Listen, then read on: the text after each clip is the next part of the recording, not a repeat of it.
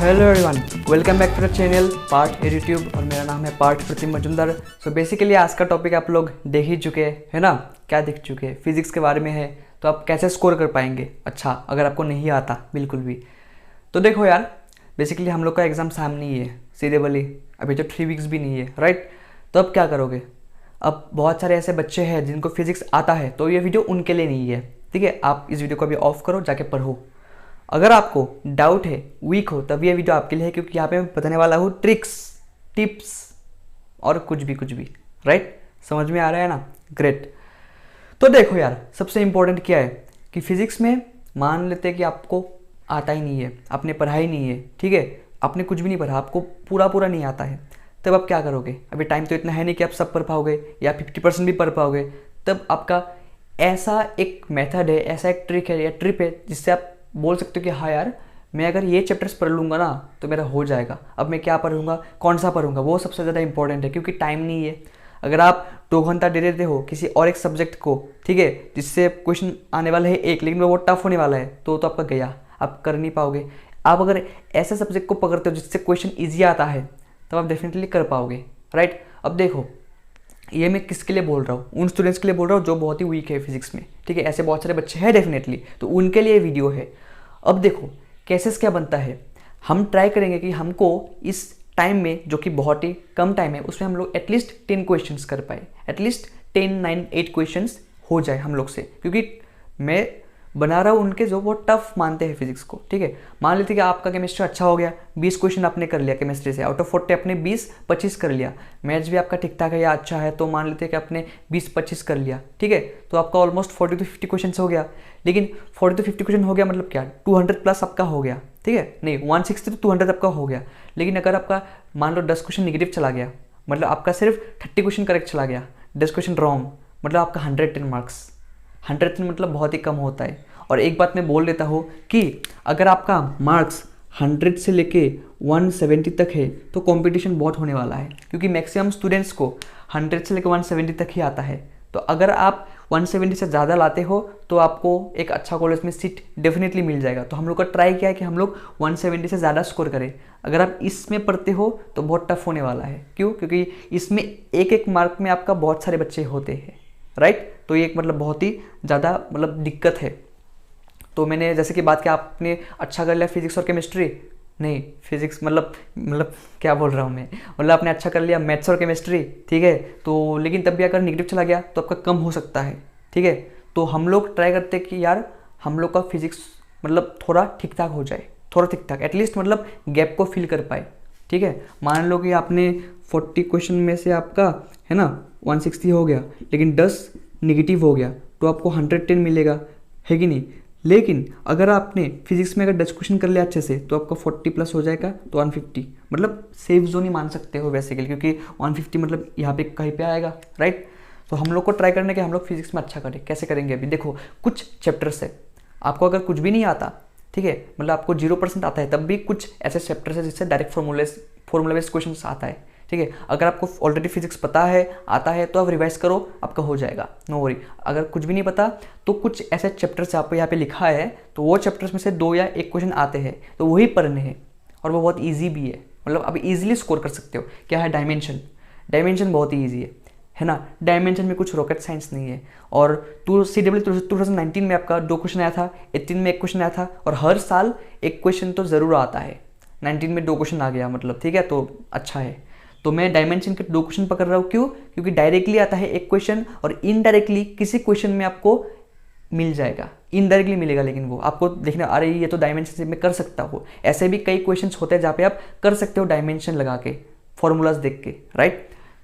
2 question आप अगर पढ़ते हो डायमेंशन को अच्छे से, तो आप डेफिनेटली 2 क्वेश्चन कर पाओगे, राइट। अब देखो, ये क्वेश्चन बहुत ही इंपॉर्टेंट है, फाइंड द इफेक्टिव रेजिस्टेंस और कैपेसिटेंस, ठीक है। मतलब क्या है, CW 2019 में आपका रेजिस्टेंस से 4 क्वेश्चन आया। Just imagine, find the effective resistance, find the effective resistance, ऐसे 4 क्वेश्चंस आया। जस्ट इमेजिन, 18 में आपका 2 क्वेश्चन आया, एक आया आपका find the effective resistance and find the effective capacitance basically, ठीक है। तो मैं मान रहा हूँ कि 2 क्वेश्चन, अगर आप ये वाला क्वेश्चन सिर्फ कर लेते हो उस चैप्टर से, तो कंफर्म आपका होने वाला है।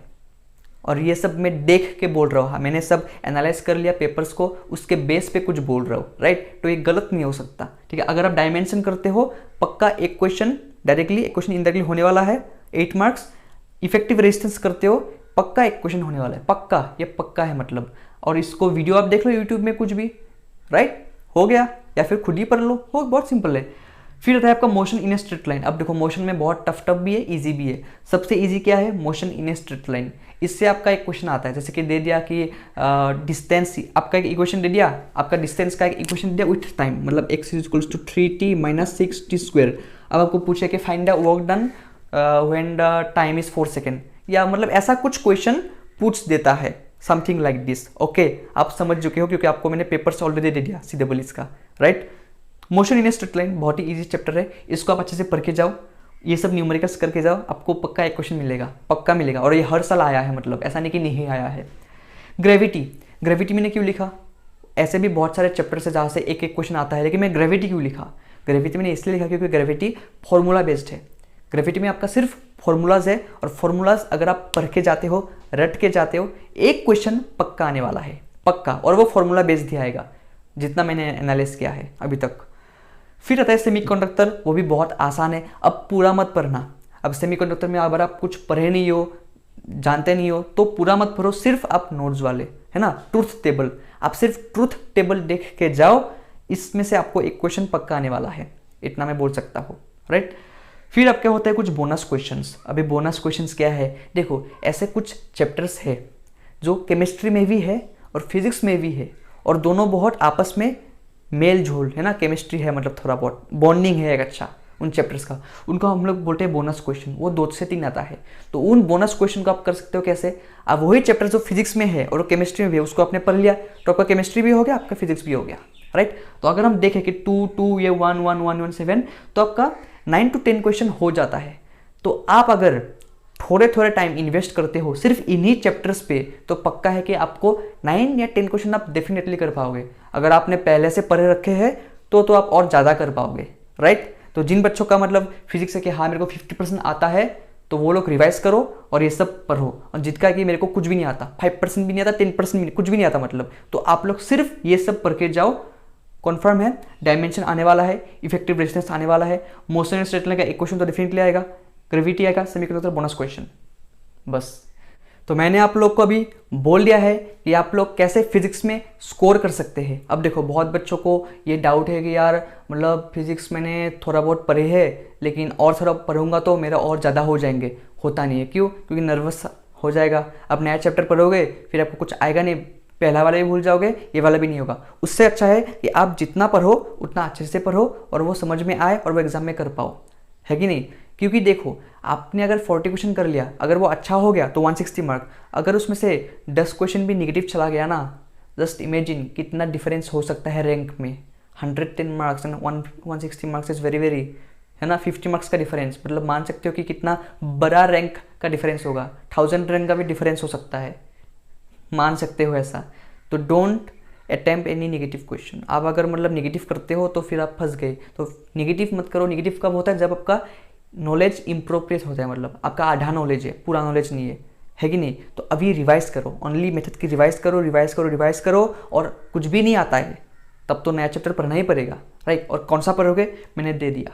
हाँ, अगर आपको लगता है कि यार मैं ग्रेविटी नहीं पढ़ूंगा क्योंकि मेरे को बोरिंग लगता है, तो मत पढ़ो, कोई बात नहीं, कोई और एक चैप्टर पकड़ लो जो आपको पसंद है। हाँ, यहाँ पे कुछ ये फॉर्मूला नहीं है कि हाँ ये यही पढ़ना पड़ेगा, ये आप, मैंने सिर्फ बोल दिया कि हाँ आप ये पढ़ सकते हो अगर आपको अच्छा लगे, क्योंकि इससे क्वेश्चंस आते हैं इजी वाला और फॉर्मूला बेस्ड आते हैं और कॉन्फर्म आते हैं।